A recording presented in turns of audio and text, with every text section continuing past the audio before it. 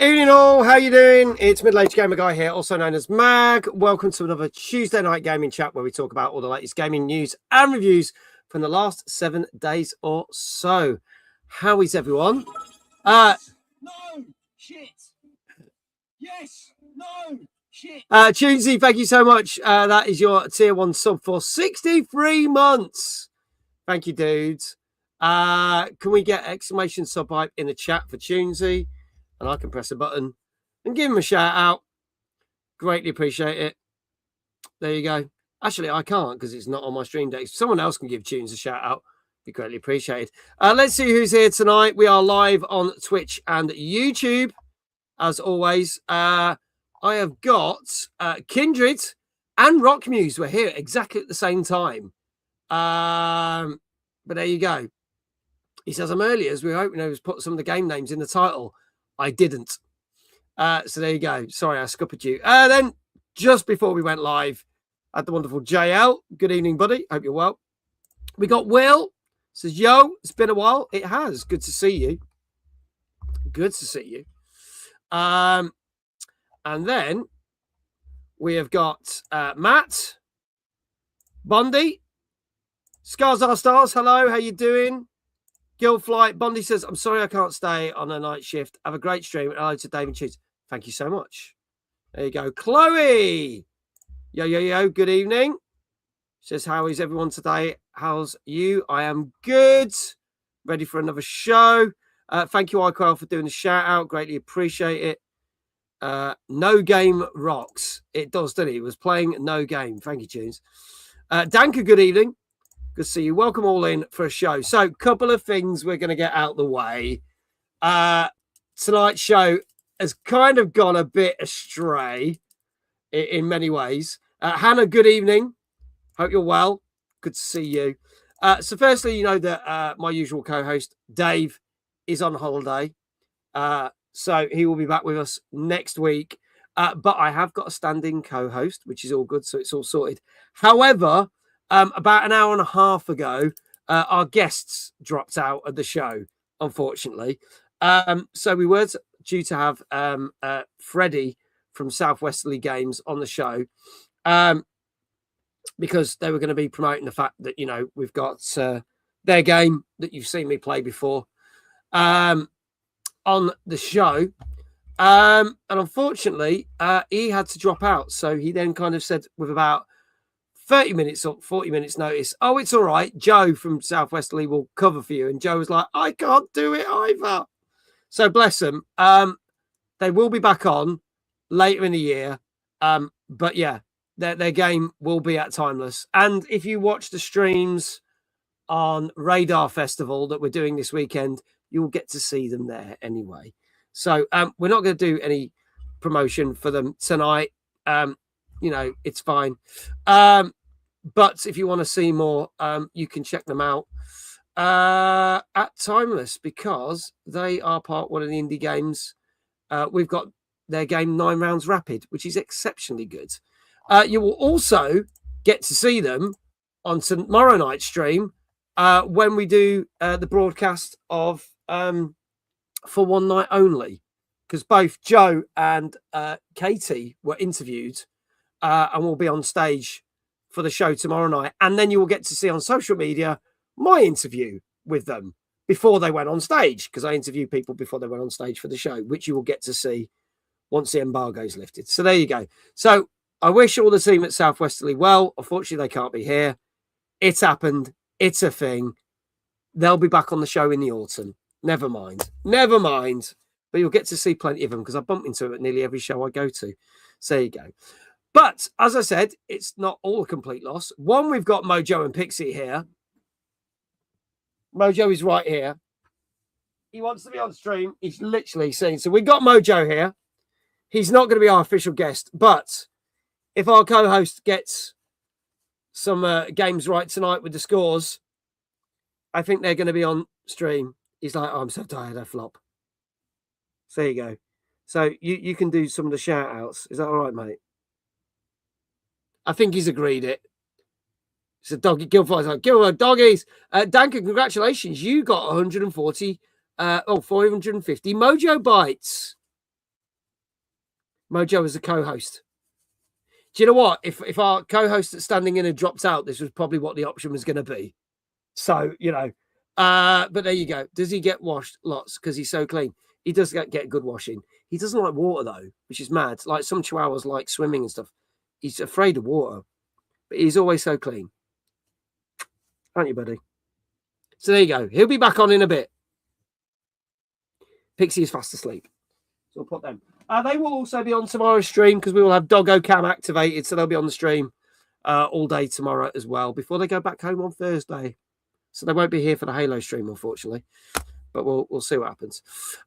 So without further ado, let's get our special co-host in for tonight. You know, we wouldn't break the rules. If original Dave can't be here, we have to get another Dave.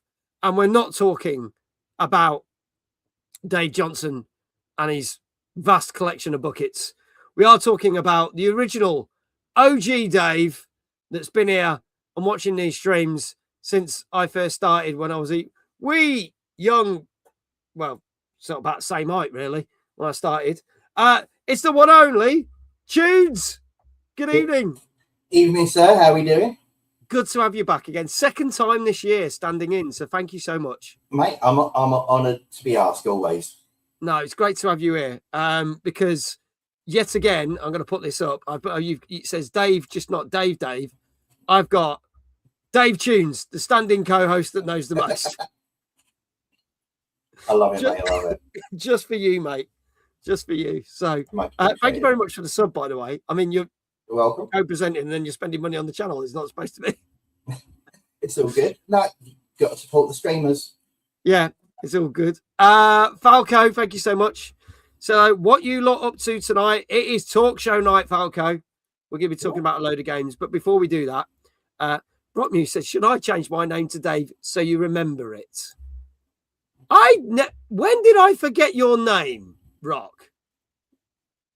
When did I forget your name?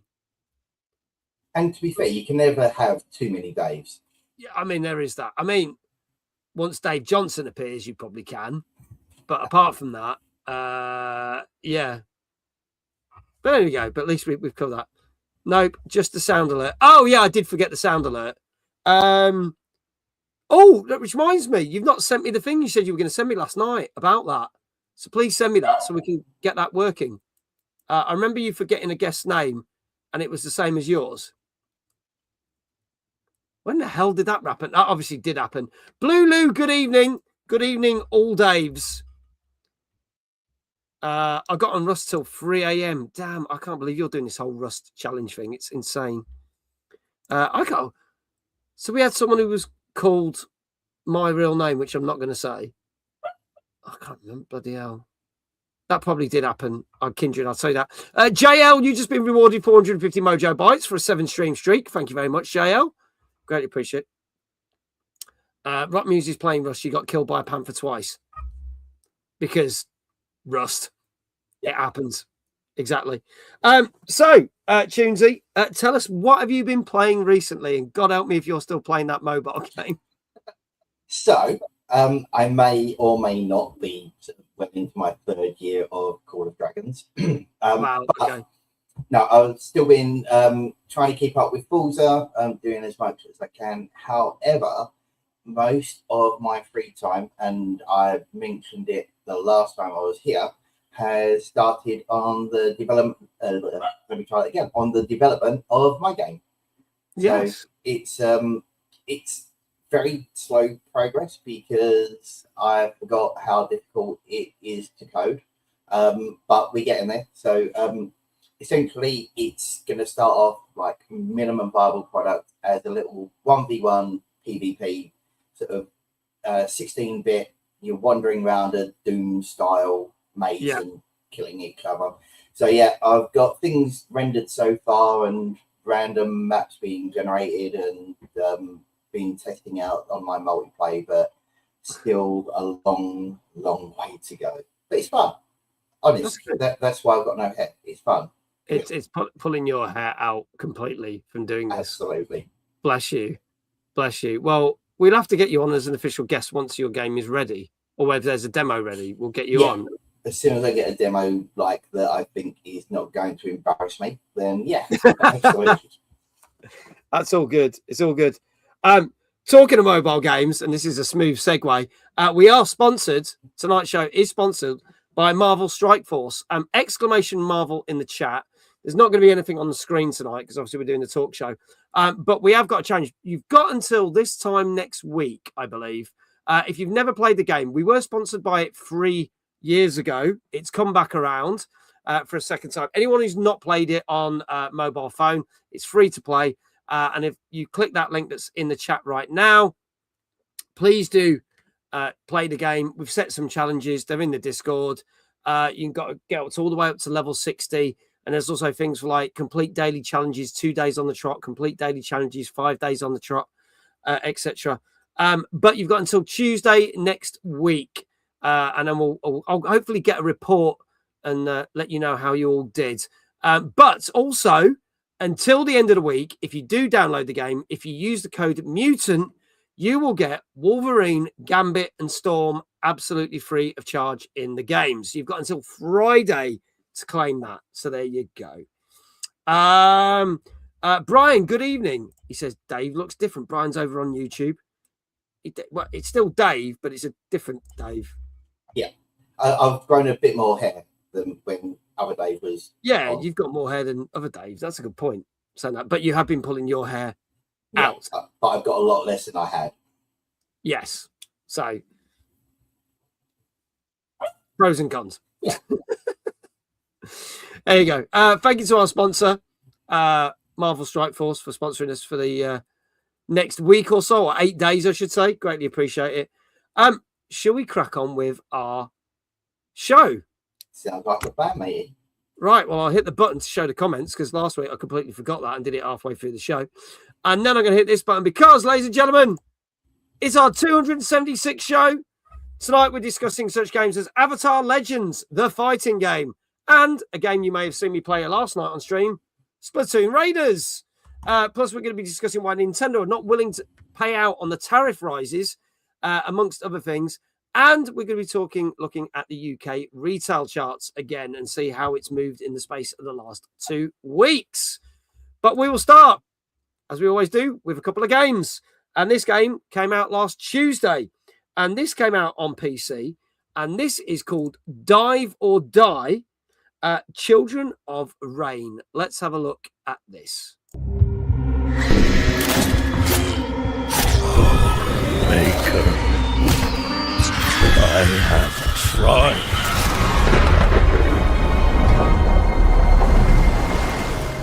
For 5 years, the black rain poured without end, giving way to its abyssal pool. Do you hear it, Chief? The shallows have been touched, blessed. When you spot one of them blighted, you swim fast and you don't look back. Food stores are dry as a bone. Folks can't keep their wits about them on empty bellies. Gotta pull their weight, they do.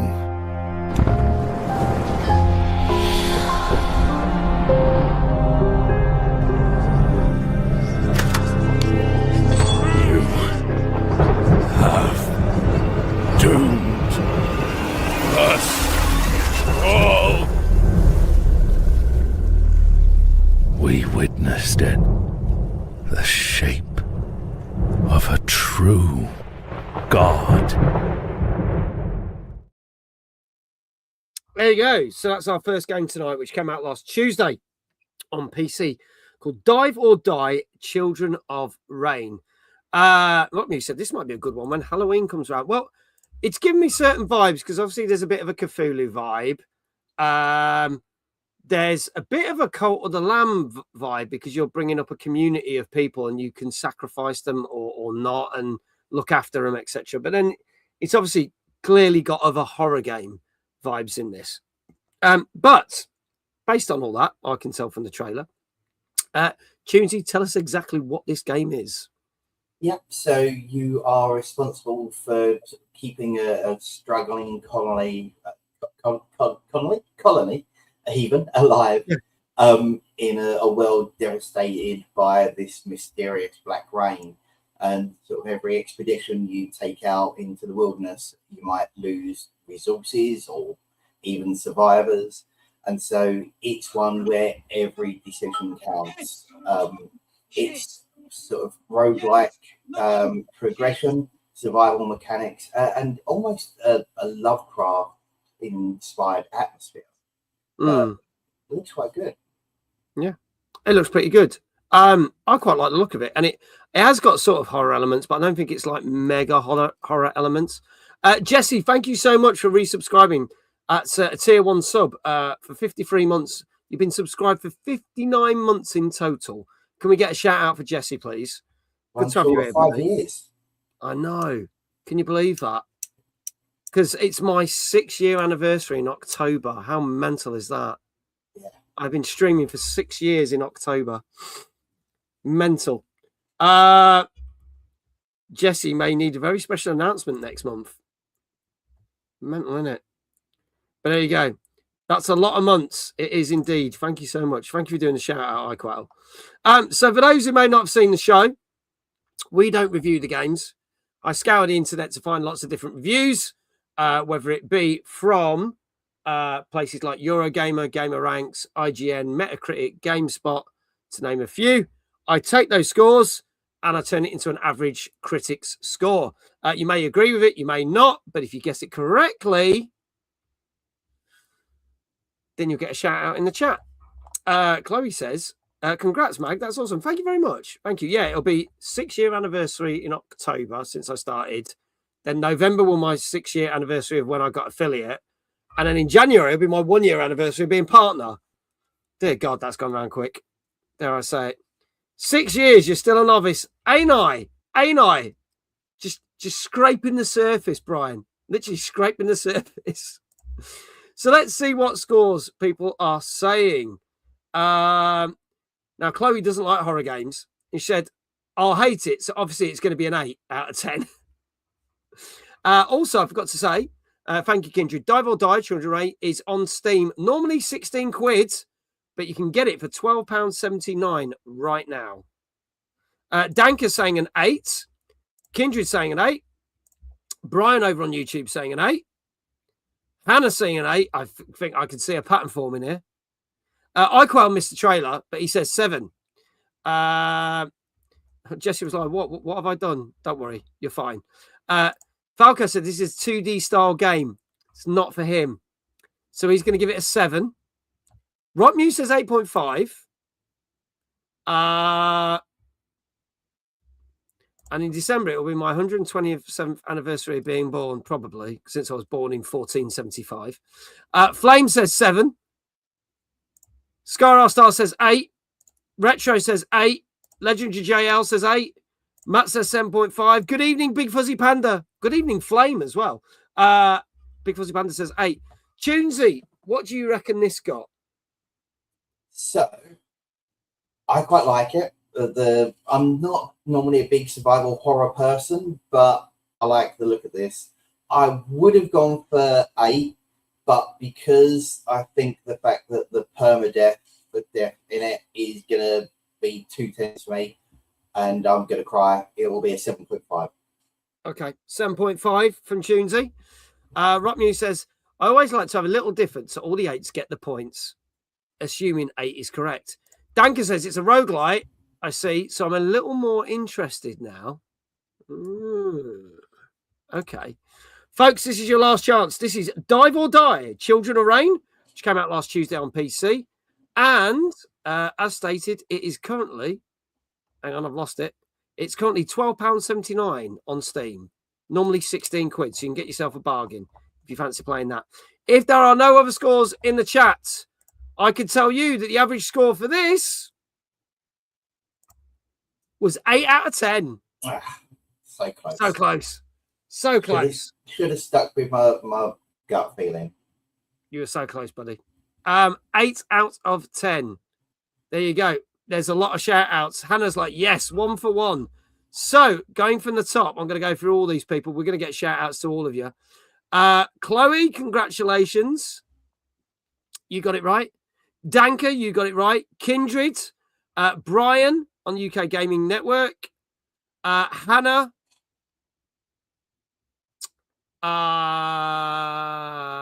Scar R Stars, Retro Shazar. Hello, I didn't say hello to Retro Shazar either. Hello, JL. Well done. Big Fuzzy Panda, you all got it right. You all get shout outs. There's a demo as well, says Danka. So if you want to go check it out, a try before you buy, go check it out. That's definitely worth doing. So there you go. First game, all done. We'll get those shout outs. Thank you to the mods for doing that. While that's doing, let's move to our next game. This also came out last Tuesday, but this is on PC, PS5, Xbox Series X and S. And this is Fading Echo. Let's have a look at this one. And actually, before I play the trailer, I'm going to say there seems to be some similarities between this and another game we're talking about later tonight, which I thought was a bit bizarre.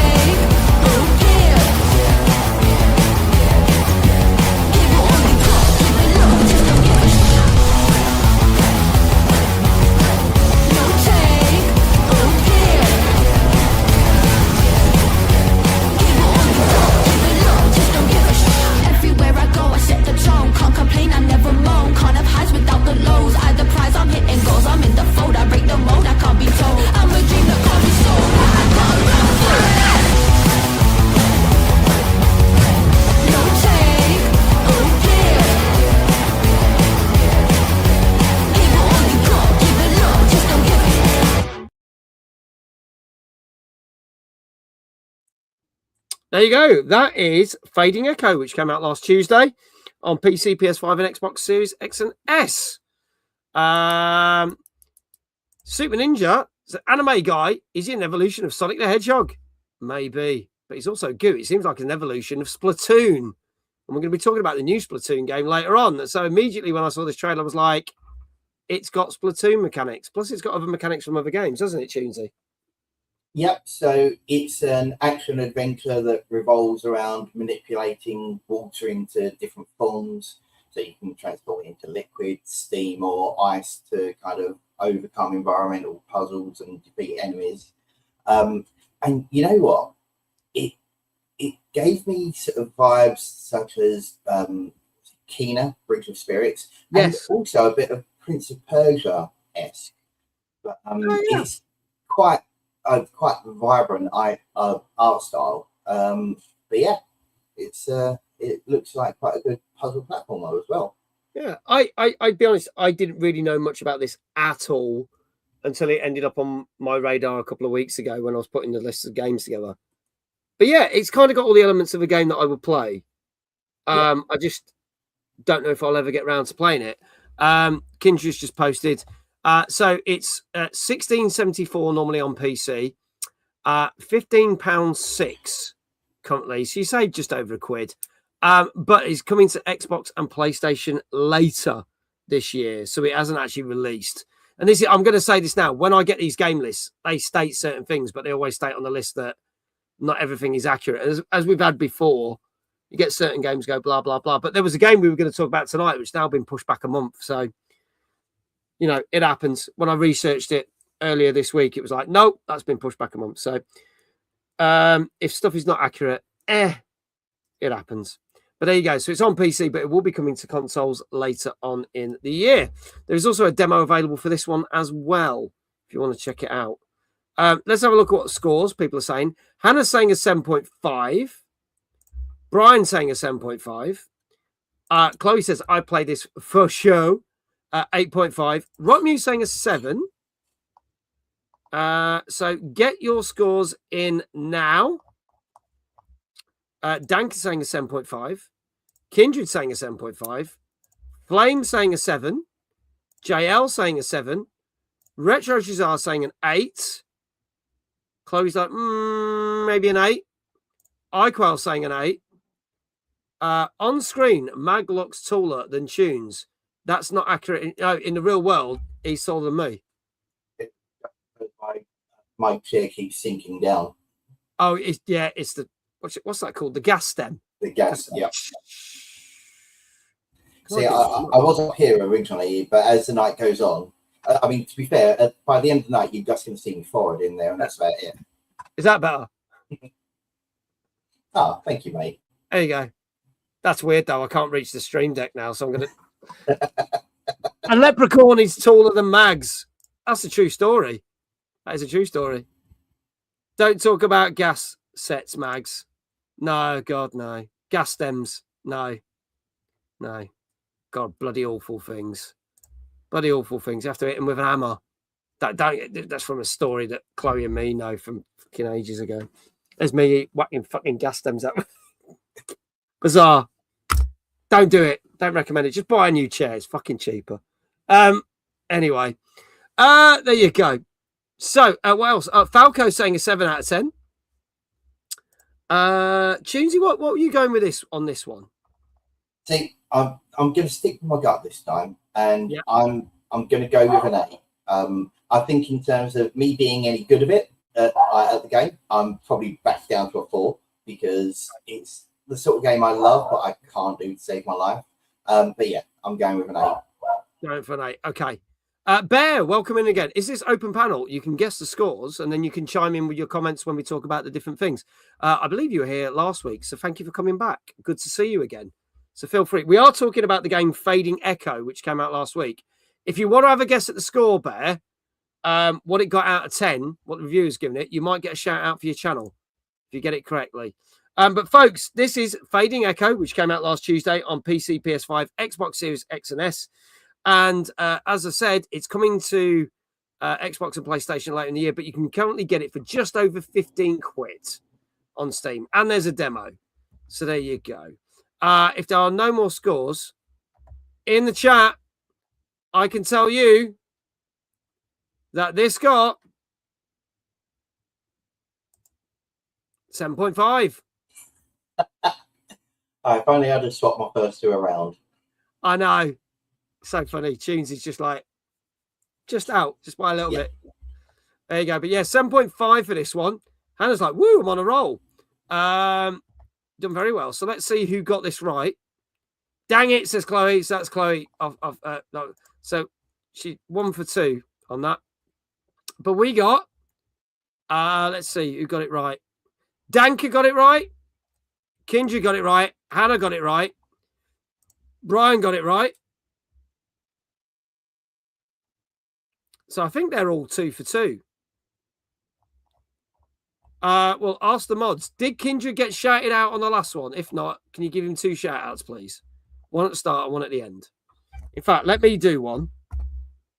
iQuell's doing one for Danka. Let me see if I can do one for Kindred, and then the mods can do another one for Kindred in a bit. If I do that, that's for Kindred's last one. There you go. And then you can have one in a bit. There you go. Look at that.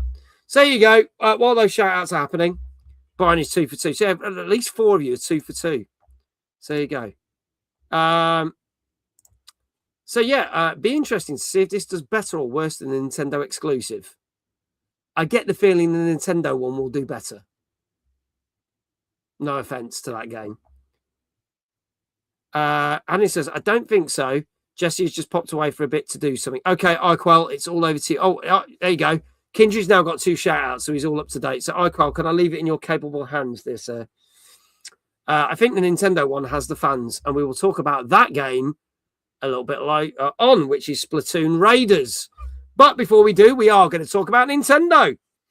And this is an interesting one because Nintendo are kind of pissing people off. Because as you remember, back last year, Nintendo had to put their prices up of the original Switch. Not the Switch 2, but the original Switch. All the devices that you use with it, all the peripherals, and some of the prices of their games. And they had to do that because of the rising tariffs and the Trump tariffs. This went to court. And a judge, it went to the Supreme Court, and the judge stated that it's illegal. So the Trump tariffs have been deemed illegal. Therefore, Nintendo are going to get all the money back that they had to spend paying more tariffs. So good news for Nintendo. They've made probably a shitload of money back. However, this is where it gets a bit iffy, because then all the consumers have said, realistically, we've paid for a higher price item. Therefore, if Nintendo are getting refunded, we should be refunded as the consumer. And this has now gone to court. This is yet to be decided. But Nintendo's argument is the consumer is not allowed to have and not entitled to have a refund. Nintendo's argument is we were forced to put our prices up because of these tariffs, and therefore we then advertised that these prices were going up for the peripherals, the games, the Switch, and all the other bits. Therefore, the consumer knows what they're going to be paying and knows what they're paying for. And if the consumer pays that, that's their decision to, because they don't have to. Whereas Nintendo's argument is they were forced to pay the tariffs just to be able to keep the production of these items. So obviously that's not gone down well. And this, the consumers in America are now put it to a judge. So this again could go back to Supreme Court to see whether Nintendo will then be forced to pay out the money to the consumers. So my question here is, if Nintendo are getting the money back, and this is to chat and obviously Tunesy, should they be paying the consumers back, or do Nintendo have a point in the fact that they were forced to do it and consumers have a choice, therefore they shouldn't have to give the money back to the consumers? But yeah, I'm probably going to have the unpopular opinion because I'm siding with Nintendo. These were fees that were levied on them that they didn't want, and so they've had to pass it on. And yeah, it's the sort of thing where with the Nintendo bits I've bought, I'm not going to ask them for a refund because exactly like they've said, they've received the products at the price they agreed to, like knowingly agreed to pay. And so if there's any rebates, kickbacks, in whatever form it comes in, well, that's just a benefit for Nintendo. Now, I guess it depends how they use it. They could always do, like try and meet halfway and put it on your account as store credit rather than actual cash in the hand. So that way, they probably, they wouldn't really be losing anything because obviously anything that you buy on the store is all kind of profit to them after their outlay anyway. So I'd more say I'm siding with Nintendo, but if there was mediation, go for store credit. Yeah. Okay. So obviously we're going to wait on a judge to say what's happened. Obviously Nintendo have been given their ruling. They're going to get all the money back. Kindred has stated Warhammer Makers Games Workshop has said the company managed to secure £7.8 million, approximately 10.3 million US dollars, refund on Donald Trump's tariffs because what he has done is illegal. Chloe's saying yes. If they had it, pass it on. But if they had it back then, they should kick back to the consumer. They hadn't got it then. That has only just been ruled. So they're only going to get the money back now. But as Quail says, so I've got the hiccups. I do agree with Nintendo on this. So he agrees with you, Tunesy. That said, the recommended retail price should now drop as it's no longer needed. Now, I think that's a fair shout. Like, if they know they've won the court case and they're getting the money, the price of the Switch, the peripherals, and the games should all drop again back to where they were. Yeah. If they don't do that, that's totally wrong. And then that's going to be another argument. Rock Music was like, how do they even pay people back? I mean, that's the good thing. How are you going to track all that? Yeah. I guess through the online store, yeah. But if you bought through other retailers, how are you going to do that? Yeah, that's it. It would be fine if they were tracking kind of digital purchases, but trying to get millions of people to submit like invoice receipts to then credit that. I mean, it's just not feasible. And I guess some people just look at that and go, oh, I'm going to get £3 back from a game. Yeah. Some people would go through all that rigmarole to get the £3, but most people are just going to go, can't be asked. If they did get ordered to give back the best outcome, there you go, a couple of quid tops, says Danker. So there you go.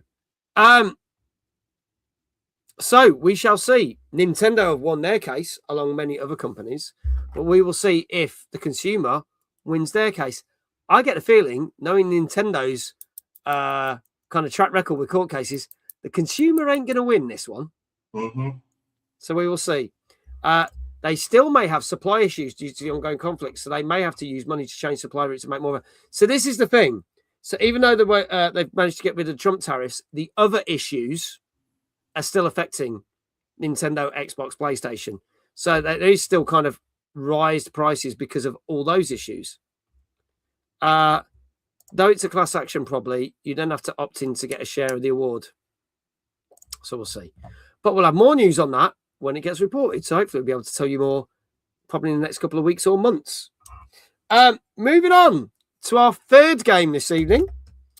This came out Wednesday last week on PS5, Xbox Series X and S, PC and Switch.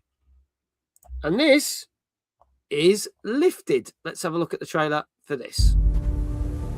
I'm not doing it for money, Ari. Then why are we in 1800s Egypt before the invention of air conditioning? Why the heck are we looking for this tiara? It's windy up here.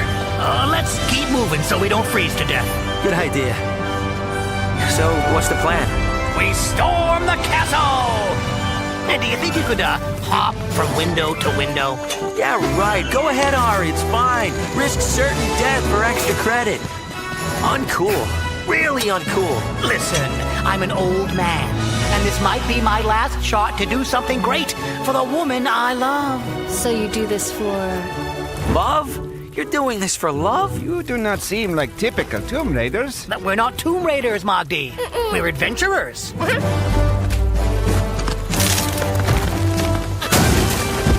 Where is the tiara? Guys, we gotta get out of here! You think this is a game? My boy, we're going pirate hunting! Oh, man.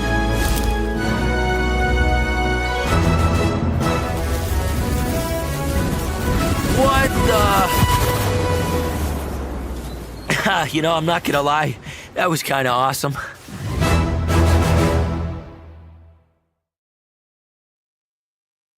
There you go. So this is Lifted, which came out on Wednesday for PS5, Xbox Series X, PC and Switch. Looks like a safe option for kids on this. Yeah. Not a bad art style. So yeah, I mean, not a big fan of the Playmobil rip off a Rayman characterization. But also, it feels like the one character is like supposed to be like Marty McFly. I was like, get that feeling. It just feels like that. Tunesy, tell us a bit more about this.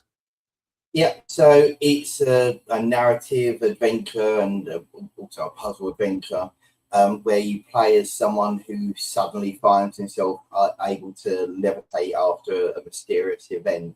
And so you're then exploring this surreal world. And it's something where the power of flight becomes both a sort of gameplay mechanic and it was saying that it's almost like a metaphor for overcoming emotional burdens as the story unfolds. But yeah, it kind of focuses on exploration and environmental puzzles rather than sort of a combat type game. Yeah. But it's definitely one where it's more of a relaxed pace rather than sort of the fast action games. Yeah.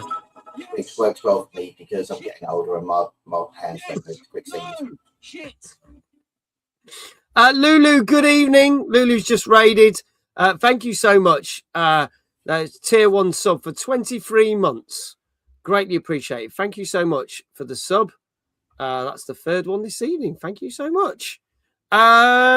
Greatly appreciated. Let's have a look. So, what are people saying? Okay, yawning. It says you guys are all very well committed. Yes, we are. I don't think I'd play this. I'm not going to lie. It looks all right, but it's not going to kind of grab me. It was kind of like I'd prefer to try the game before. I'm not going to lie. What have I missed? Lulu says. We've talked about 2 games so far. Dive or Die, Children of Rain. Fading Echo, and we're now talking about a game called Lifted. We also talked about the fact that Nintendo are getting all the money back because the Trump tariffs have been deemed illegal. So there you go. So Lifted is £16.75. It's currently £15.7. Switch is coming out later in the year. PlayStation's coming out later in the year. And apparently now they've cancelled it on Xbox. So I don't know why, but that's nuts. There you go. You can't have everything these days, I guess. Let's see what people are saying. Let's go and score. Sorry, you're my head off. Rock News, 8 out of 10. Danker, 7. Chloe, 6.5. Brian, 6.5. Hannah, 7. Loopy Lulu says, I'm going to go for a safe 7. If you haven't seen the trailer, go for a 7. You never know. Kindred saying 6.5. Tunesy, what are you going to say? Yeah, it looks okay, but although I'd say as I'm getting on a bit and need the slower type games, it's not really one for me. So I agree. I'm going for 6.5. Okay, Tunesy going for 6.5. JL going for a 6. Flame going for a 7.5. iQuell going for a 7. Retro Shazar going for an 8. Any more for any more, folks? This is Lifted, which came out last Wednesday. Coming to PS5 and Switch very soon. Apparently, it's been cancelled on Xbox. But it's now on PC. And you get it on PC for... Where's it gone? I really should have started that off, then I could have seen it. I've lost it. Hang on. I normally star Kindred's thing so I can come back to it quickly. There it is. Currently £15.07. So there you go. Save yourself a couple of quid.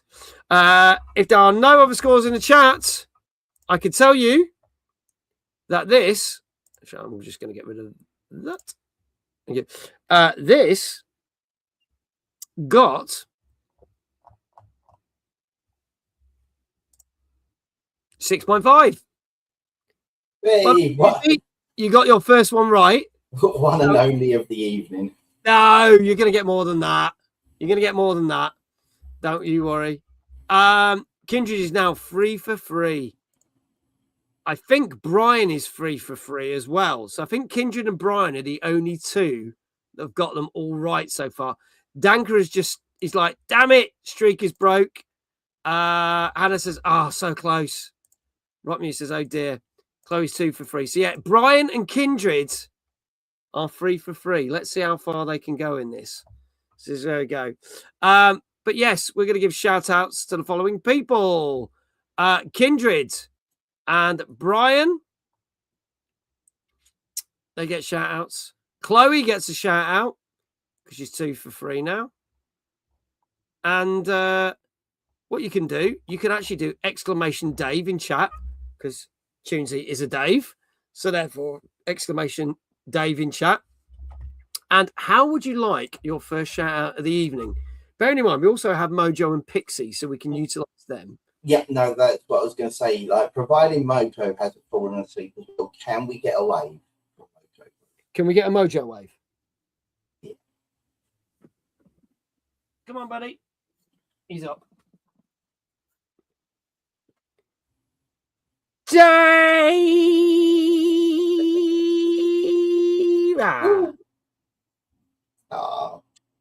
We love Yeah, Mojo baby. and Pixie. Yeah. We'll get Pixie up in a bit. He's like, hello to my fans. Keep watching for Mojo bites and streaks. Don't give your money to this twat sitting next to me. There you go. Thank you, buddy. Thank you for your parents. There you go. And they're both settled back down in bed there, so they're very happy. There you go. Shout outs going to everyone. Give money for more treats. There you go. He's smiling. That's the best way to say it. Everyone's like, oh, in the chat. There you go. Bless them. Bless them. It's all good. On to our next game. This came out on Thursday on PC and Switch.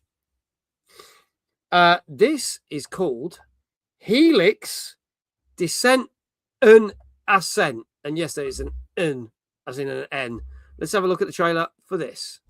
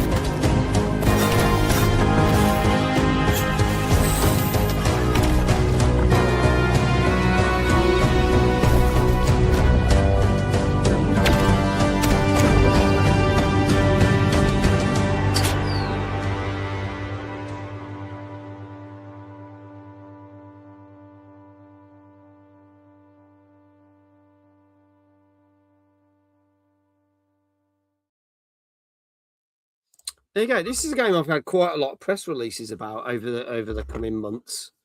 This is called Helix Descent and Ascent, which came out last Thursday on Switch and PC. Tunesy, tell us a little bit about this one, please. Well, first I've got to start off by the fact that this is made by a developer that is called Badass Mongoose. And yeah, so what a name. I think that needs recognition all on its own. But yeah, it's one where you awake in a mysterious monochrome world with sort of no memory of who you are. And as you get further on into the Helix, you unlock powers that can be combined in different ways to solve more complex puzzles, whilst you uncover the fate of a forgotten civilization. And this is one where the developers actually delayed the game to add more content after the demo got such rave reviews. And also I like the way that you, with the puzzle mechanics, you have to combine different abilities rather than just unlocking new ones. So, yeah. And that was quite good. Yeah. I have to say, I ummed and ahed about covering this one or not, because I've been offered it and I'm just like, I don't know whether I'll fit it in. But it does look interesting. I'll say that. Kindred has stated, on Steam, it's normally $13.75. You can get it for £12.37. But it's actually cheaper on Switch, because normally $13.49. You can get it for £12.14 right now. It's a bit of a bargain, that one. Actually, I'll keep that starred because I'll refer to that later. Let's see what people are saying. Brian, 7 out of 10. Danka, 7.5. Chloe, 8. Hannah, 7.5. Rock Muse says a 7, but this game is not for me. Kindred, 8 out of 10. Danker says it's getting decent Steam feedback. So, chat, get your scores in. This is Helix, Descent and Ascent, which came out last Thursday on Switch and PC. And you can roughly get it for just over 12 quid right now on both platforms. Tunesy, what do you reckon this got? I'm basing mine just on the fact of how rave reviews it got on Steam. So I'm going for an 8. Going for an 8, okay. Flame saying a 7. Brian says, only seen 3 reviews for it, but the scores were all over the place. Retro Jazar says 7.5. iQual says 8. If there are no more scores in chat, I can tell you that this got 6.5 on average. Wow. So, as Brian has rightly said, I found more than 3 reviews. I found about 5 or 6 reviews, and some are like high 8s and good, and then we've got some 5s and 5.5s. It's people are very divided on this, and it's really split, isn't it? Yeah. So when I took the average of the 5, Metacritic doesn't have any score. Yeah, it wasn't on Metacritic. I had to scour for reviews because I'm going to say this now. We sometimes start with more games. So potentially we had 9 games tonight that had review scores, which we obviously then whittled down to 8 games. Before that, I had a list of 15. But those other games had no review scores, like not even 1 review score. So therefore, it can't be put into the show because I can't work out an average. But I know that one didn't have any scores on Metacritic, but there were some other websites that come out. But as Brian said, the scores were massively different. Massively different. So it's really divided people, this one. But if you like the look of it, go for it. Maybe some have a similar vibe to me, then maybe they do. Mm-hmm. Maybe they do. Kindred's like, fuck, there goes my streak. Yeah. So, in fact, there goes everybody's streak because both Brian and Kindred got this one wrong.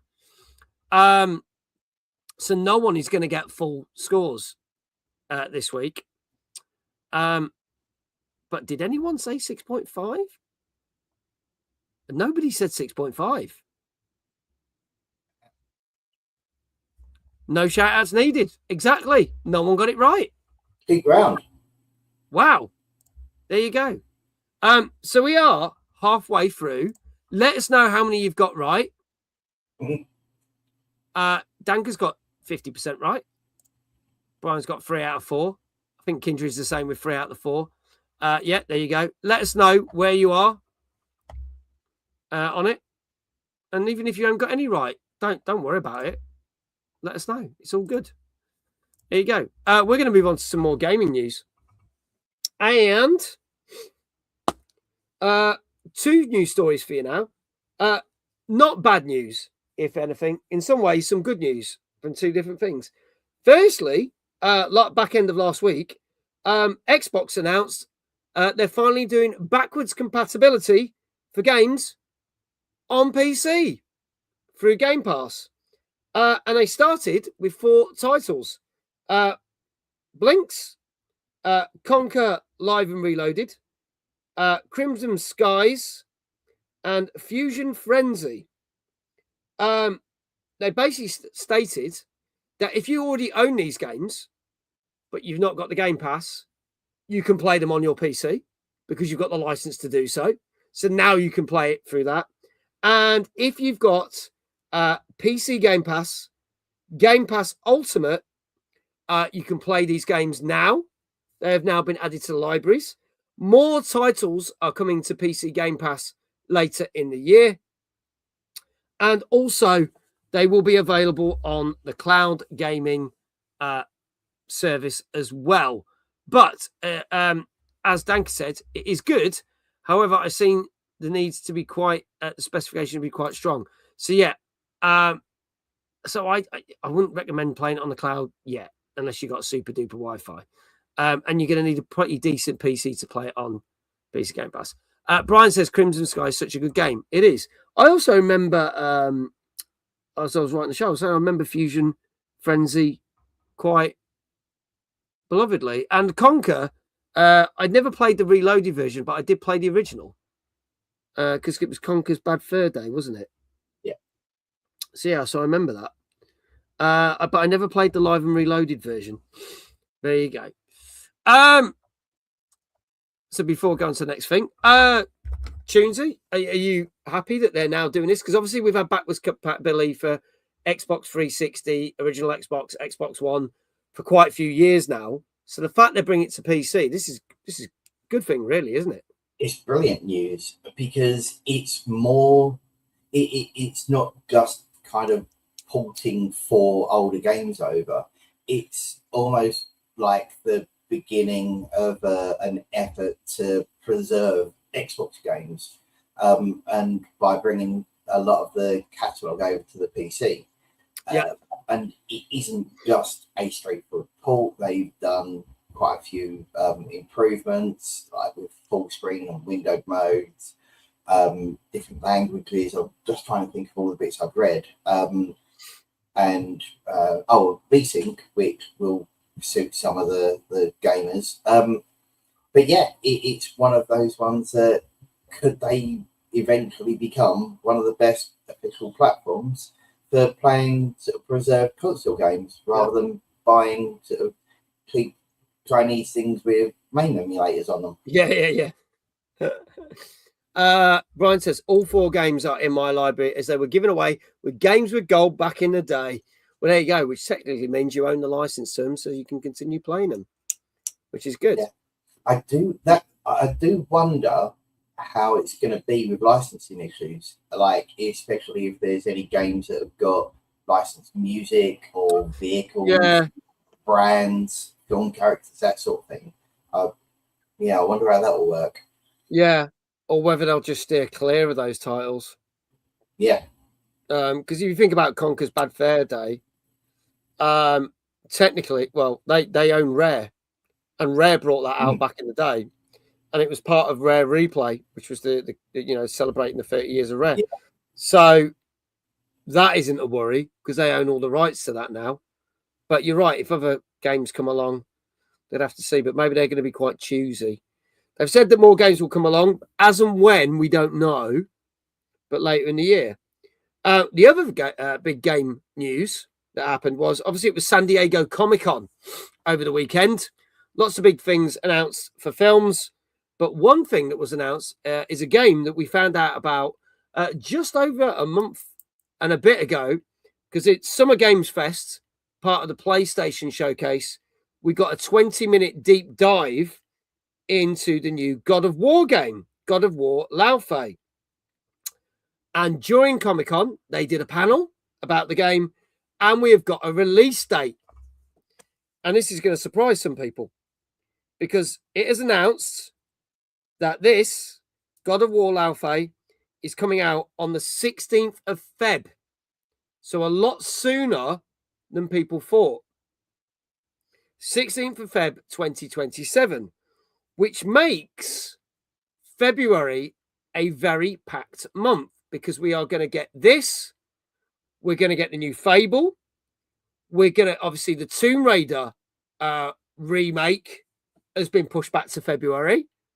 And there's one other game that I can't remember, but you've got them. Plus, we're getting the Persona 4 remake as well. So it's going to be a big month for games in February. There's going to be a lot of competition. But what is interesting on the panel, people were saying, well, this is an offshoot. This obviously runs alongside the last 2 God of War games. But when are we going to get another Kratos game? And they stated there will be the next chapter of Kratos after this game. And this game is going to link into the next game, the 4th game in the series. So there's some people that are going, well, I probably won't play this because it probably hasn't. You're probably going to want to play this because it will link into the next game, which features Kratos. So you've been warned, folks. I'm quite looking forward to this. I'm not going to lie. I do like a bit of God of War. I don't mind that it's changing characters and stuff. And obviously the lead actress is Deborah Ann Woll, best known for True Blood and Daredevil. So I think she'll do a cracking job with this. I thought it looked good from what we've seen, but it is literally going to be out 6 months after the other exclusive, Wolverine. So that's pretty crazy. So delivering that pretty quickly. Why have I got the feeling Microsoft might reconsider Fable's date again? I'll be playing Fable. The rest can do one, says Kindred. God of War 2 on the PS2 is still the pinnacle of this series. If the GTA 6 effect strikes again, you watch GTA 6 gets pushed back to February. Then everyone's screwed. Are you looking forward to this game, Tunes? And chat, let us know if you're looking forward to the third game in the series. Yeah, see, I haven't played. I played the first one. I didn't play the second, but because so this one it focuses a lot more on Faye. Yeah. And because it looks like I wonder if they're going to sort of explore the relationship with Kratos, especially as, like you said, it leads into his Kratos being the next one. But Faye's been central to like the Norse saga, although not being absent for most of it. Yeah. So it gives a chance to tell her story. But also, I mean, it's mixing it up because a different protagonist could allow for sort of faster combat, rather than how Kratos just comes in and clubs things sort of thing. Yeah. But boy. Yeah. But no, it's one I'm definitely going to give a go. But I will also try and get God of War 2 in before then to keep the continuity. It looks good. I like the look of it. I wasn't expecting it so soon. The fact they announced it near the start of June, Summer Games Fest, or middle of June, I should say. I was expecting this to get like 2028. Didn't know this was going to be so soon. Like literally, we've got like 8 months till we get it. Yeah. So there you go. When Fable comes out, everyone's going to be just quiet online.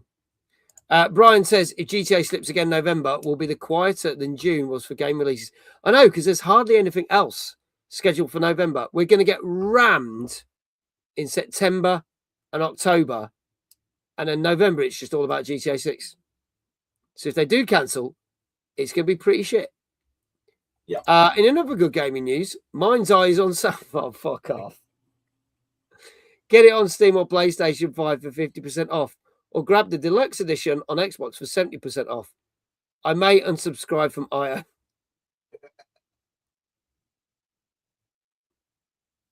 I actually got 3 emails over the weekend about Mind's Eye and what they've updated. I was like, why are they still trying?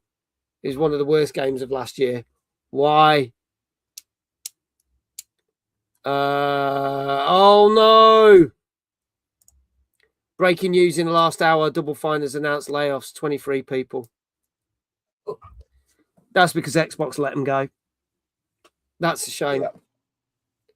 Yeah. I have a story to tell about Double Fine, but you'll have to wait until after Timeless. And I feel bad for them, but I'm not going to talk about it until after Timeless. So that's all I can say. But you might all be cursing Xbox after Timeless when I do tell you. The trilogy remastered is still on the horizon too. Yes, we might get the trilogy of God of War. So there you go. Let's move on. More games. What happens when you get a Souls-like and dinosaurs? Well, you get this. This has got to be the shortest trailer we played in a long time. I mean, it's like 20 seconds or something. This came out on Thursday on PC. This is Dino Blaze.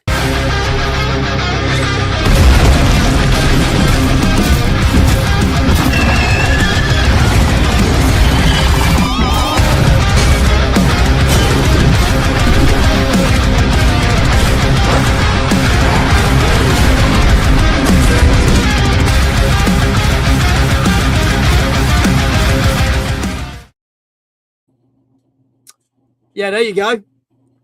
Dinosaurs with giant swords, because that was a thing that happened. Tell us a bit more about this. I mean, this is one that I could literally sum up in one line. It's Dark Souls, but you're a dinosaur with a giant sword. But yeah, as I say, it's a Souls-like sort of action RPG where you're a Spinosaurus that's got a big, great sword, wandering around a prehistoric world, battling rival dinosaurs that have also got big, oversized weapons. And so, yeah, it's a Souls-like combat, and you're trying not to become extinct. Yeah, it's so funny because there's a couple of game outlets, I'm not going to name which ones, who are really hyped for this. And there's some that are just like, don't really care. It's normally £17.75. You can get it for just under 16 quid. Thank you, Kindred. I don't like Souls-like, so I would never play this, but it does amuse me. It's just, I mean, they've got such little hands. How do they hold the swords? That'd be funny. It's like, what's the T-Rex going to do? Apart from wave at you, and unless it can throw a hand grenade, right? Nunchucks. Keeps hitting itself in the face. Yeah. Oh, yeah. It does, mate. Now, this is interesting. The Steam player reviews on Steam are very positive. So people are liking it. Danker says, I swear, if this is a 7, I am walking. Okay, get your scores in, folks. This is Dino Blade, which came out on PC last Thursday. And as we said, it is just under 16 quid right now. iQual giving us a 3.5. Brian, 7.5. Chloe says 7. Hannah says 8. Matt says a 6.5. Panda says 7.5. Kindred says 7.5. Retro Jazar says a 6. Tunesy, what do you reckon this got? See, I'm going with the 6.5, and I think anything higher is somewhat optimistic. Was that a 7.5, mate? Was it? No, sorry, 6.5. 6.5, sorry. Yeah. Love how Steam says similar to games I played, and then says Crimson Desert. How? Flame 7. Any more for any more, folks? Last chance. This is Dino Blade on PC out last Thursday. I could tell you that this got 7.5 out of 10. Wow. So it's done all right. Yeah. Anchor has now left the chat. This has got 7.5. Perhaps if it's all of the people that are kind of like Dark Souls fans and like fans of Souls like games, but yeah, that one stumped me. Yeah, I'm going to say this. It looks completely dumb, but apparently people are absolutely loving it. Absolutely loving it. Yeah. So the following people did get it right. Kindred, well done. Big Fuzzy Panda, you got it right as well. Brian from the UK Gaming Network.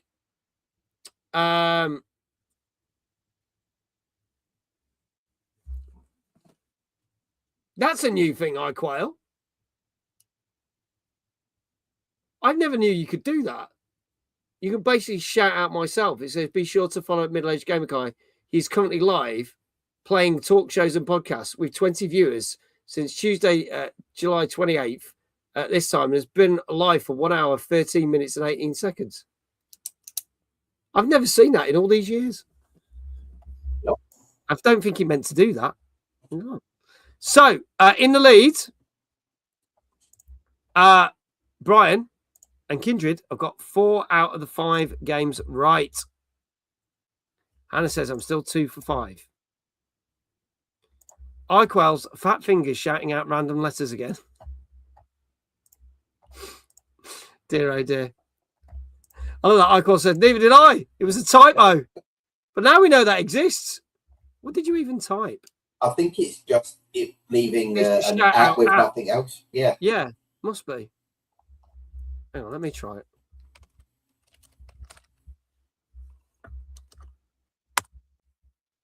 Yeah, it is. There you go. Just shout out at. But the difference is I've now been streaming for 1 hour, 14 minutes and 46 seconds. Thank you.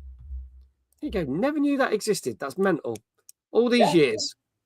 You learn something new every day, don't you? There you go. Absolutely. Right. From dinosaurs with tiny hands and giant swords to something a bit more familiar with people that have played a number of games in this saga. This came out last Thursday on PS5, Switch, Switch 2, and PC. And this is a trailer for our next game, which is Disagea Mayhem. Let's have a look at this.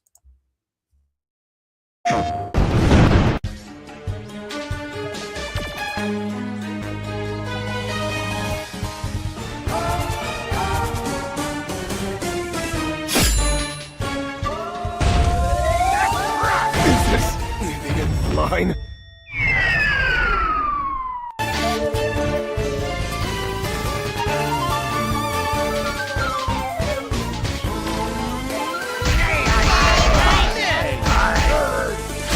Nay. I bet.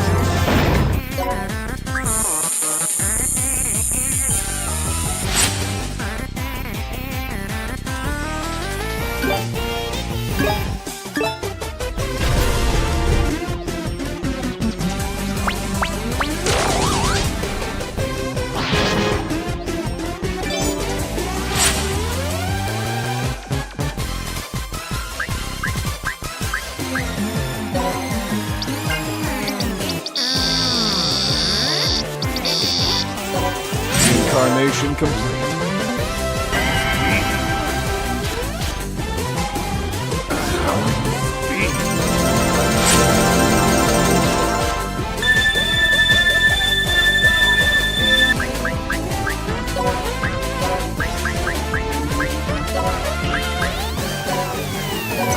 No intention of becoming a god.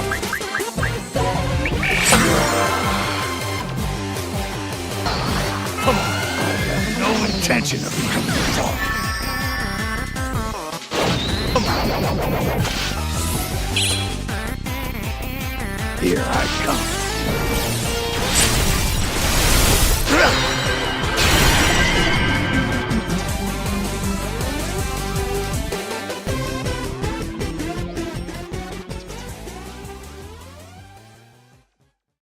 PlayStation.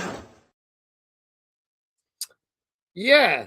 So that was a thing that people were looking at and going, what the hell? Now, we've talked about some of these other games in this saga before.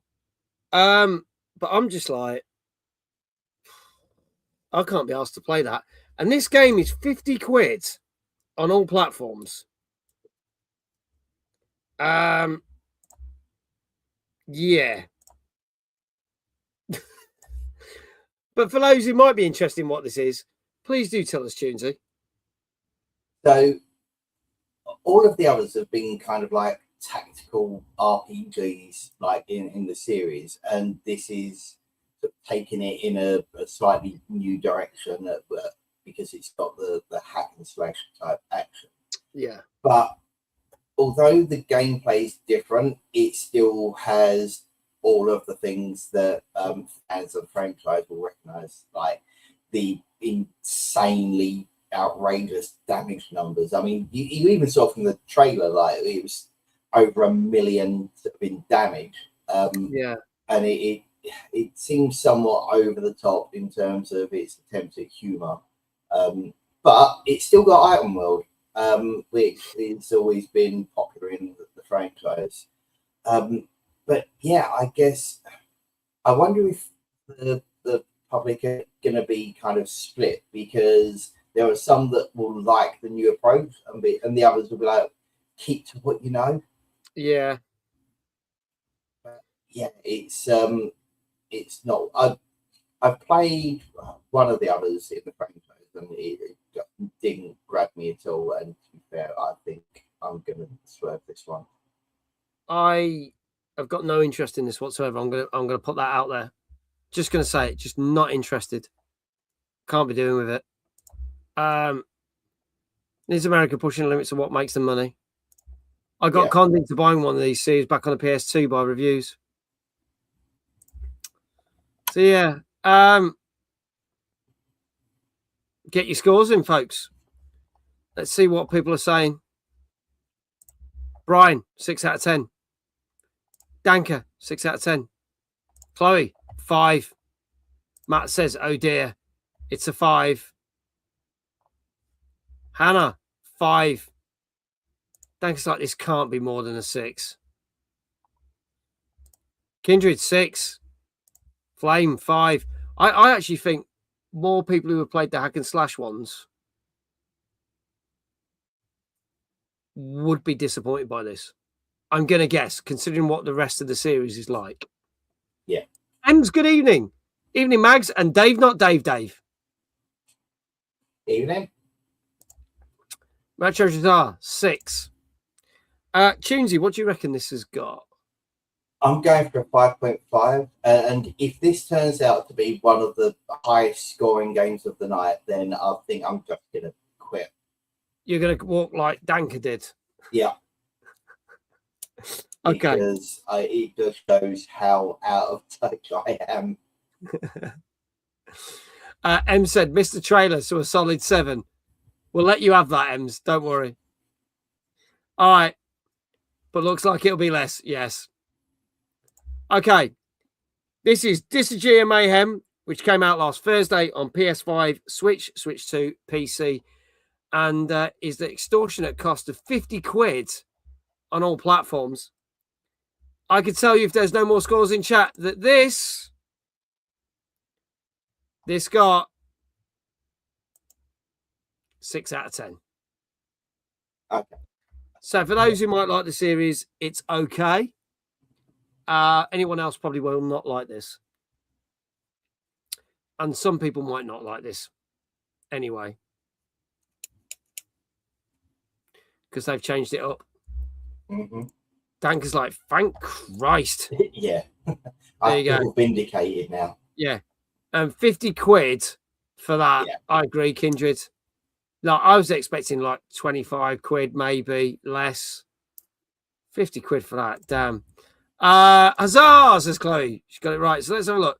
Retro Shazar, well done. You got it right. Kindred, well done. You got it right. Oh, Chloe didn't get it right. Danker got it right. It was a 6, iQuail. Yeah, I just saw you didn't get it right. My apologies. Brian got a 6 as well. So 4 of you got it right. And then others were quite close. There we go. Brian is now 5 for 6, and so is Kindred. Danker's now 3 for 6. I hazard it was a lower score. I'm not going mad. No, I see why you hazard now. I can see why you hazard. I just thought you hazard because you got it right and then realised you didn't get it right. So my apologies. So there you go. Let's talk more gaming news while those shout outs are being done. Thank you very much, Iqua. Interesting one. Story of Sony continues. But this is from a few other different people. So, obviously a couple of weeks back, we got told that Sony stated that as of January 2028, physical games will no longer be a thing. Any new titles that they put out will not be physical. It will all be download only for PlayStation moving forward. This has obviously caused a big uproar, as we know, because we've talked about this for the last couple of weeks on the show. But there's a couple of different people's opinions this week. Firstly, the boss of Ubisoft said, if Sony kill discs, there is upsides to this. And he's like, hear me out. Think back to PCs. PCs used to have CD-ROMs. PCs now sell more games thanks to platforms such as Steam, Epic, etc., than they did when they had CD-ROMs. So it could have that effect on it. But he did say there are still pros and cons for this whole argument. But in terms of how it's going to change the whole gaming market, it's probably not going to do that much. And as we talked about, going back quite a few years ago, the download market was only about 13%. But then looking at last year, it's over 80%. So it might not change things. Brian says, because everyone loves the opinions of Ubisoft. It's because they've got a hit on their hands right now. They're topical. So that's what they said. And then, literally, this week, a Twitter account called Does It Play has been campaigning for the last few weeks to boycott Sony. And their campaign has actually gained a lot of traction. Literally in the last few days, it got an extra 1.5 million people basically sign a petition that states that during August, now I've not got set dates for this, so I'm not sure when in August, but during August, they want people to do a boycott of Sony. That means do not turn your PlayStations on for a week. Do not buy any games from Sony for a week. Do not do anything with Sony for a week. So if you only got a PlayStation, might be a bit difficult. If you've got other consoles, probably not so bad. But they're basically saying don't spend money with Sony. Don't play anything of Sony's. Don't do that. This has gained a lot of traction. My question is, for this, do we think this will actually happen?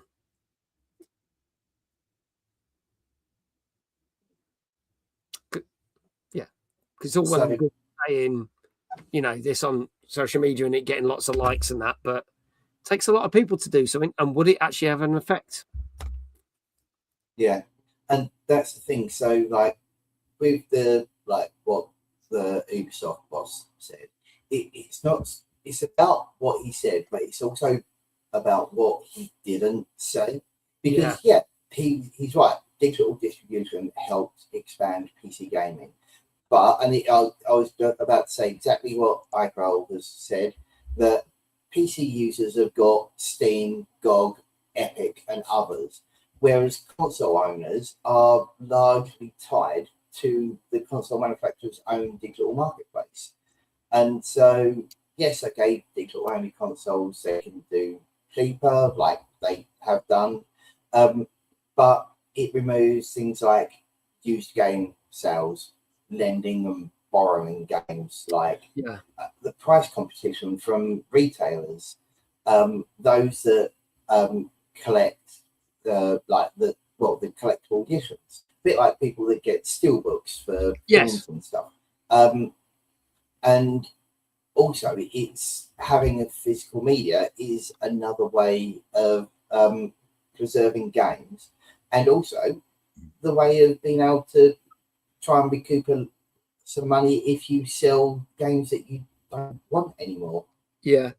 So, I mean, yes, there are pros and cons. I just don't think his PC gaming, it wasn't a perfect comparison to use. No. And with the boycott, it's 7 p.m. from the 23rd of August until 7 p.m. on the 30th. So that basically is going to be running during Gamescom week. Yeah. So, but it's a bad week to pick. yeah, I mean, the thing is, it's like, will it work? Because, okay, people may not use the platform. That in itself isn't going to harm Sony.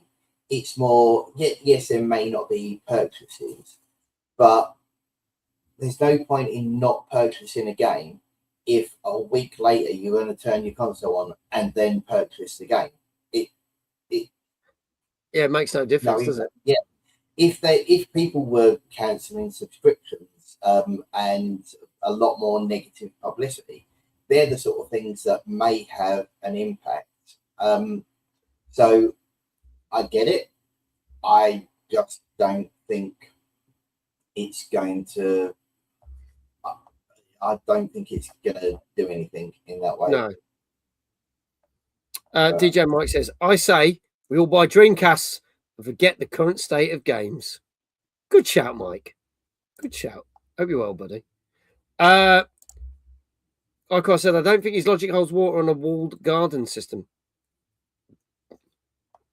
Like says, PC has multiple stores to choose from. And even the high seas. So they need to stay competitive. Danker says some PC games will be difficult to play under the so-called boycott since you need a PlayStation account. Helldivers 2 being a good example. Yeah. So don't play on Sony, hate on Xbox, so you're left with Nintendo. Now the courts have got bored of their copyright cases. Exactly that. Brian says, my Dreamcast is in the garage. Don't need to buy one. There you go. I do find Gamescom week a bit of a silly thing because all Sony has to do is go, hey, we're shadow dropping a brand new game. And that's that fucking boycott gone. Yeah. Just saying.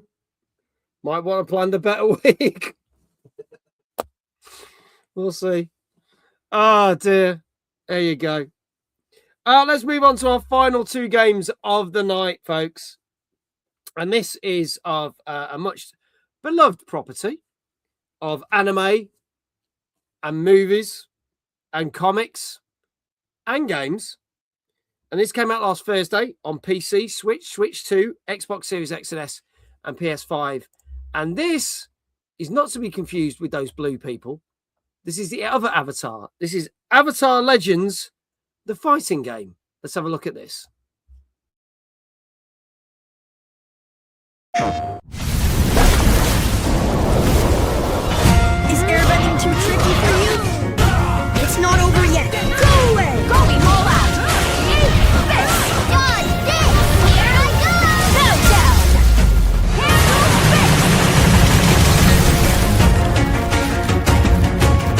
You won't get past me. Stop now! Water tribe tactics prevail!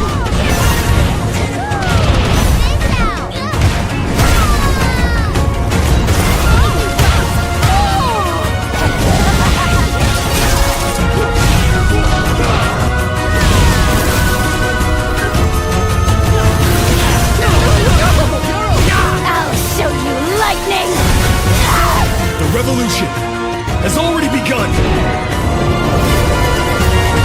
Time for the Avatar stage!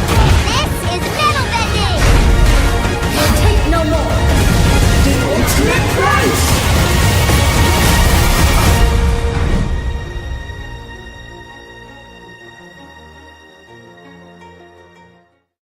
PlayStation.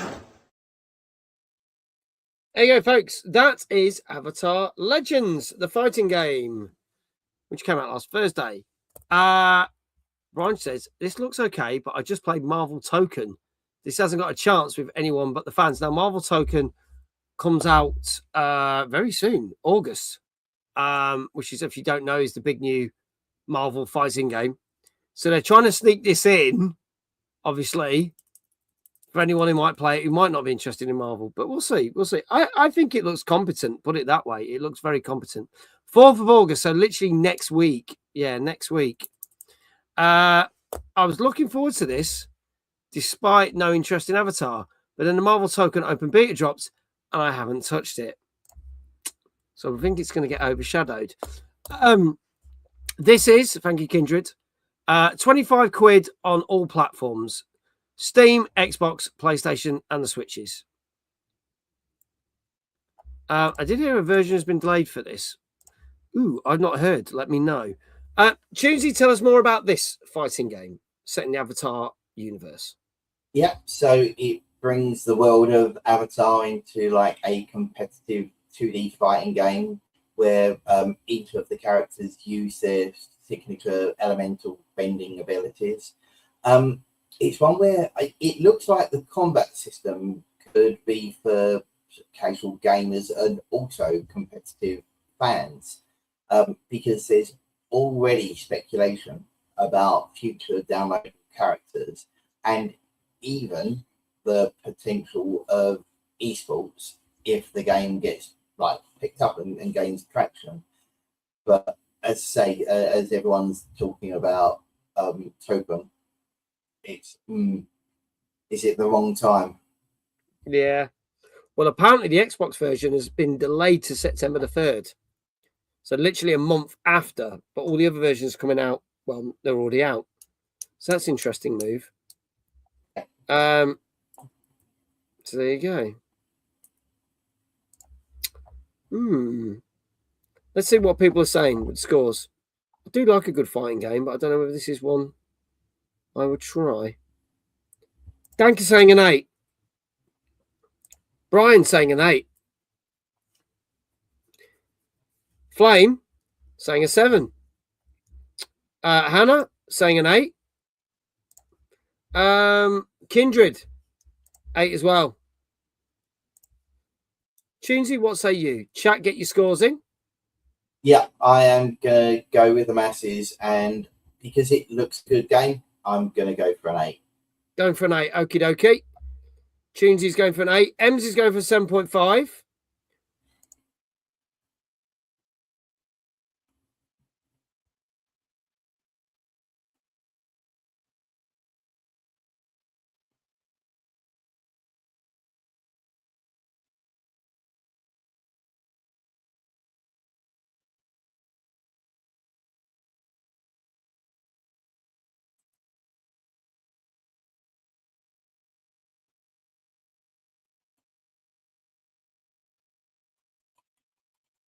Fuck, is the internet gone off?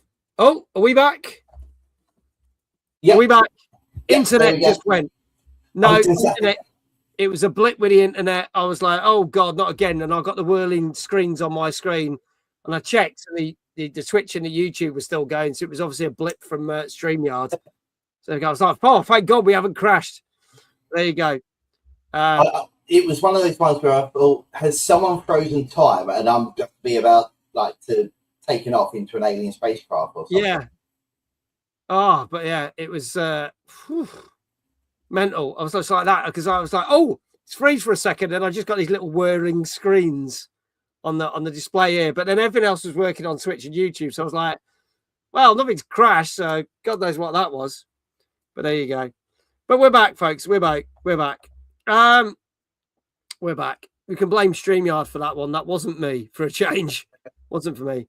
And it wasn't my internet either. I thought it was at first, but I looked down. I was like, oh no, that's working. So that's fine. What are we saying? So yes, you're saying you're going with the masses. You said an 8. Go for an 8. Folks, last chance. This is Avatar Legends, the fighting game, which came out last Thursday on PC, Switch, Switch 2, PS5. Comes to Xbox Series XS in September.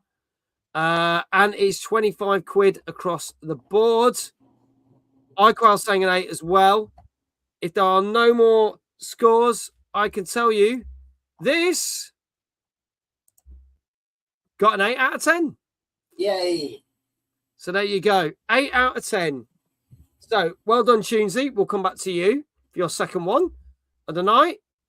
And iQuail, you got it right. Retro Shazar, well done. Kindred, Hannah, Brian from the UK Gaming Network. Danker, well done. You got those all right. I don't think I've missed anyone there.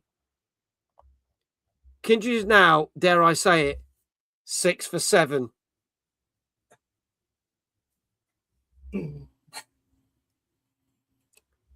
Danker is now 4 for 7. I think Brian's 6 for 7 as well. So Kindred and Brian still out in the lead. But Tunesy, you get to have your second shout out. I'm guessing we might want the second dog, do we? Yeah, is she awake? Pixie? Yeah, she is. So, what many people don't know is that Mag is actually a world-class ventriloquist. And this is going to be proven because Pixie's going to give me a shout out. Hey, Tunes, you did brilliant. Thank you for the shout out. Yay! Do exclamation Dave in the chat, everyone. Well played, mate. Well done, little girl. I know that was very good. There you go. Fantastic. Well done, you. Well done. There you go. Our final game of the night is a game that you saw me playing last night, some of you. And this is something a little bit different because obviously Splatoon is a massive franchise. And I decided to do the first ever story-based Splatoon game. This came out last Thursday. You saw me streaming it last night. This is on Switch 2 only. This is Splatoon Raiders. Let's have a look at the trailer for this one. On the Spiralite Islands, treasure is yours for the taking. Enemies will get in your way, but you've got the tools to deal with them.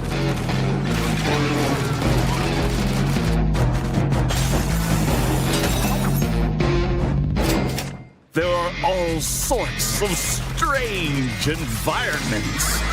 And the deeper you go, the more treasure you'll find. What else lies below the surface?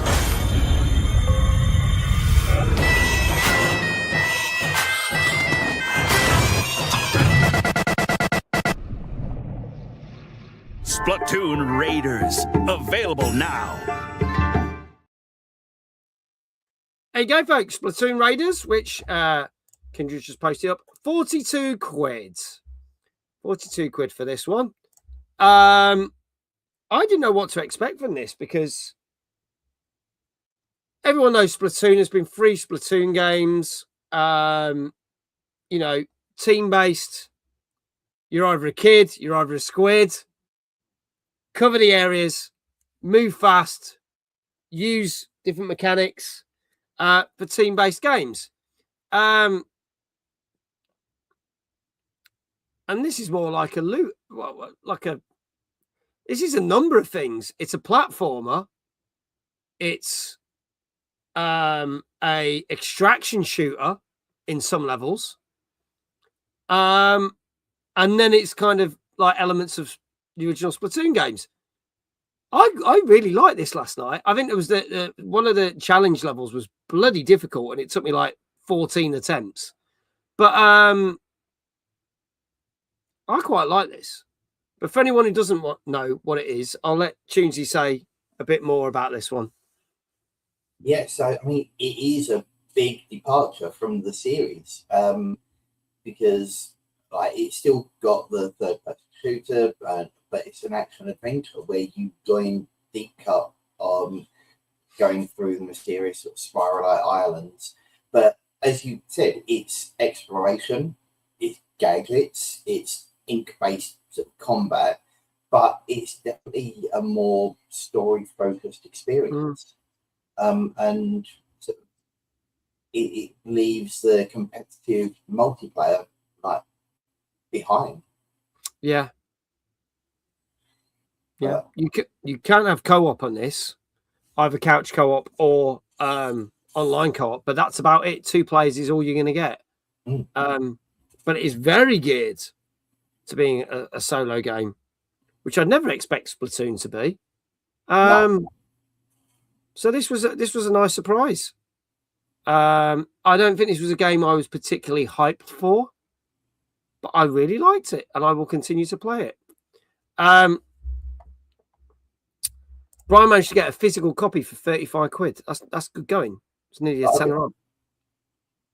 Icos says, I thought all Chihuahuas had Mexican accents. Are you telling me the cartoons have been like? No, they only have Mexican accents if they're from Mexico. My Chihuahuas are from Stafford. Not quite the same. So let's have a look. Get your scores in, folks, what you think this is going to be. Brian said, I gave it an 8. It's good if a little repetitive. I'll guess the same score for the average. Ginger says, I'm going 8. All the other Splatoon games scored around the same through the years. Makes good sense. Hannah says 8. Danka says 8. Flame says 8. M says 8.5. Retro Shazar says 8. Tunesy, what do you reckon this? I'm going 8.5 because I want this to be the highest scoring game of the night. Okay, you want this to be the highest scoring game of the night. 8.5. iQuell also agreeing with you there. Folks, this is your last chance. This is Splatoon Raiders, which came out last Thursday on Switch 2. And it's about 42 quid, but you can get it cheaper elsewhere. So there you go. If there are no more scores in the chat, I can tell you that this got 8 out of 10. So just slightly off there, Tunesy.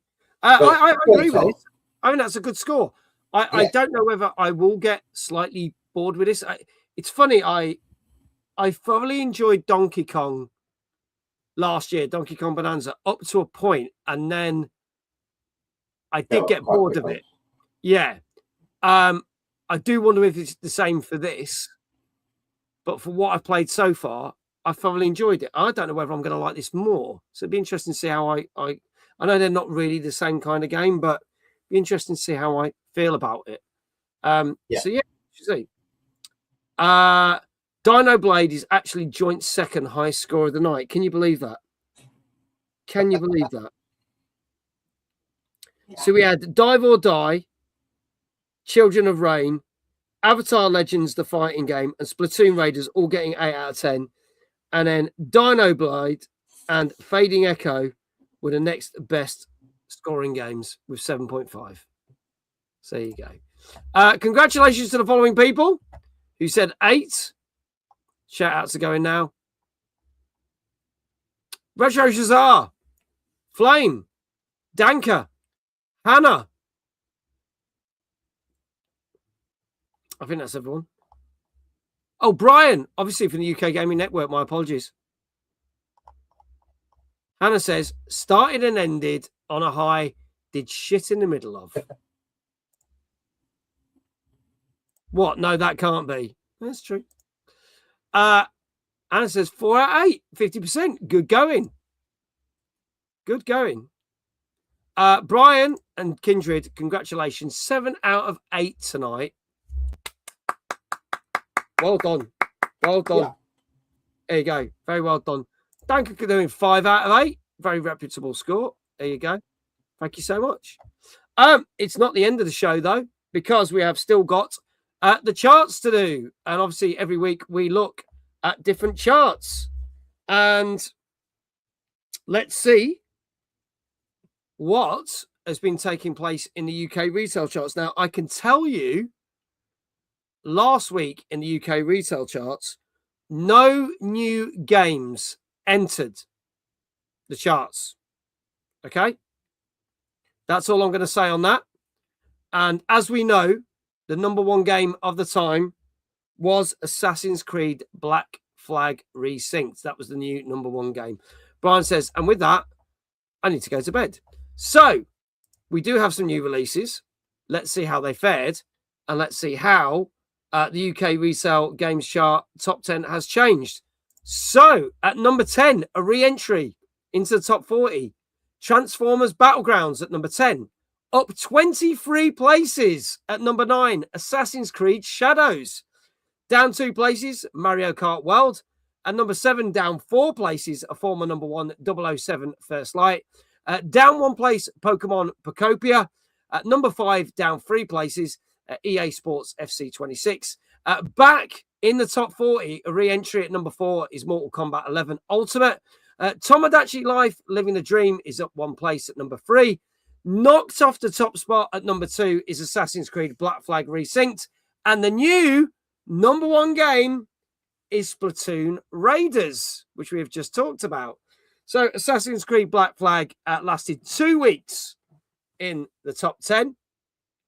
But it also means the following games exited the top 10. Star Fox had been in there for a couple of weeks. Mouse PI for Hire obviously got its physical release. I have just been raided. Hello, Zidulan. Thank you for the raid. Welcome on in.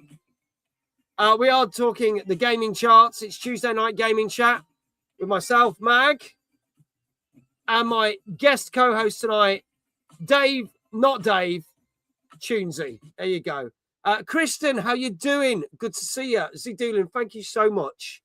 Welcome in. For those who don't know me, I'm Middle-Aged Gamer Guy, also known as Mag, and this is Tuesday night gaming chat, where we talk about all the latest games, news and reviews. And we've just revealed that this game that came out on Thursday, Splatoon Raiders, is the brand new number 1 game in the UK, knocking Assassin's Creed Black Flag off the top. What is interesting is, due to the sales of Assassin's Creed Black Flag, Assassin's Creed Shadows is now selling really well.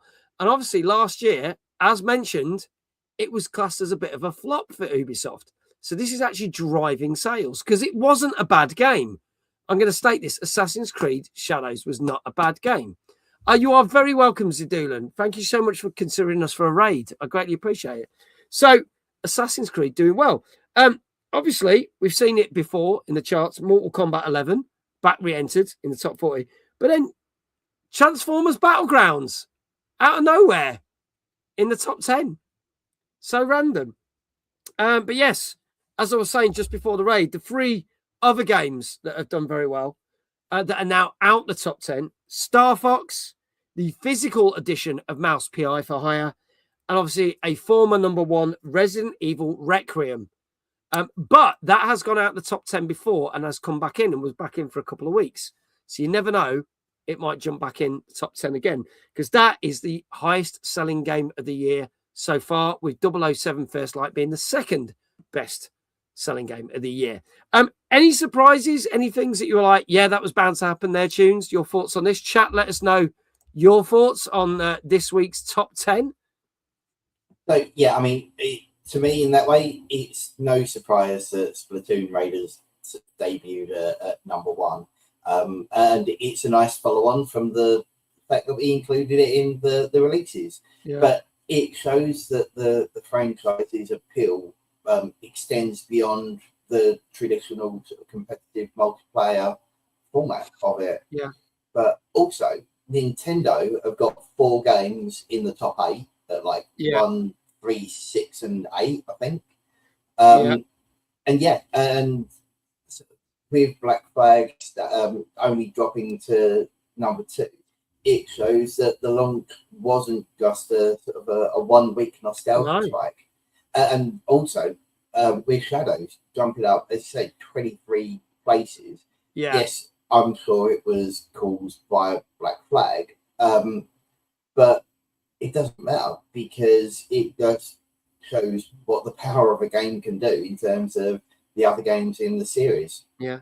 The one that I'm surprised about was Transformers Battlegrounds.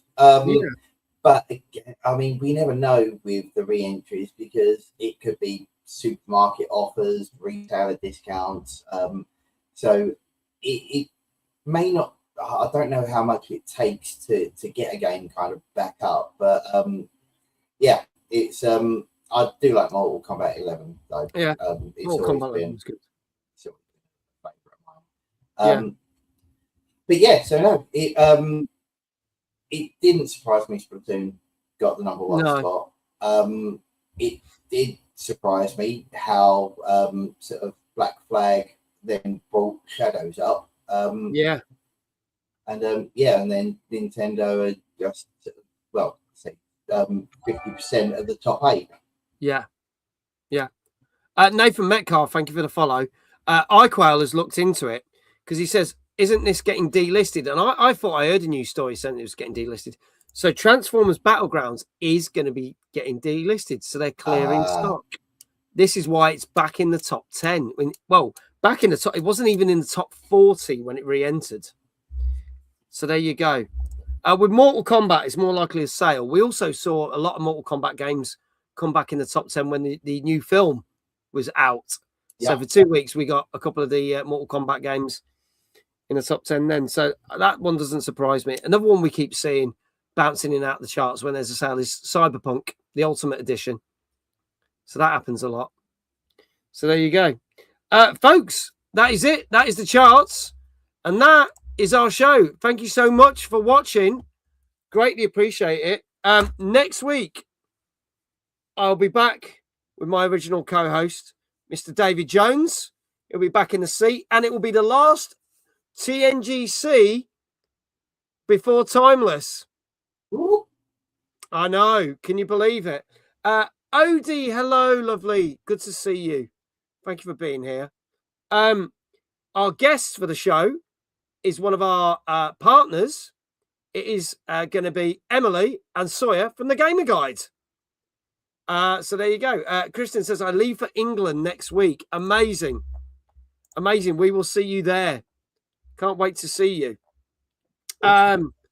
So it's going to be so good. But yes, that will be the last TNGC before Timeless. There obviously, the week of Timeless, there will be no TNGC. But as we've stated, the week after, there'll be no guest on the show. But Dave and me are basically going to sum up the 2 weeks, the week of Timeless and the week that we're doing. And we're just going to blitz for a load of games and load of news stories in that 2 weeks. So it's going to be kind of like a condensed special in that respect. So there you go. I am back tomorrow at 7 o'clock. We are live broadcasting. I say live broadcasting because it was pre-recorded, but live co-broadcasting the for one night only event, which I was at in London this time last week. Hence why we did this show on Monday last week. So you'll be able to see that. It was a 3-hour filming session. It's been cut down to 2 hours. We are going to show that for 2 hours. And then we are going to get into a game that we talked about on last week's show. We are going to play The Mound Omen of Cthulhu. And I've got a copy of the game to give away. Also, Thursday, I'll be back on at 8:30. We'll be playing the brand new Halo Campaign Evolved, which we'll be talking on next week's show. So there you go. Obviously, Scar R Star says, honestly, looking forward to a Timeless a lot this year. It's going to be great. Folks, the VIP tickets have now sold out. If you want to get your standard, your family, your evening only tickets, they are all still on sale, but there are no more VIP tickets. They have gone. Okay. But I want to say a massive shout out to our guest co-host tonight, who stood in for the second time this year. We hope Dave's having a good holiday. We'll be back.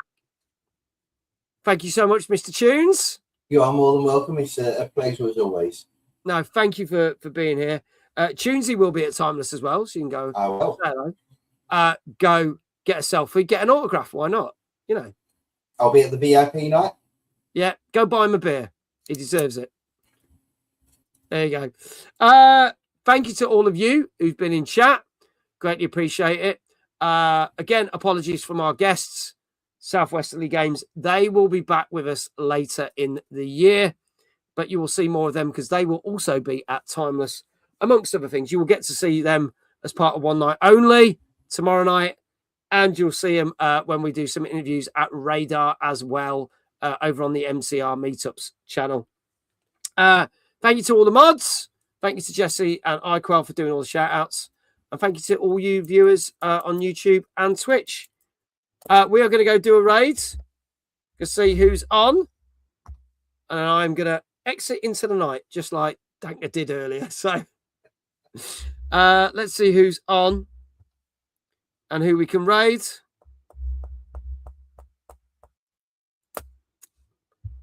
Let's have a look. I'll be there, and if an item arrives prior, I should have an identifier tag. Ooh. iQuell's at Spider-Man tomorrow. So at most, I'll drop in to get my streak. No worries. Enjoy the new Spider-Man film. I hope it's excellent, because all the other ones have been excellent. Let's have a look. Oh, Chaotic's on. We haven't raided Chaotic in a while. What is she playing?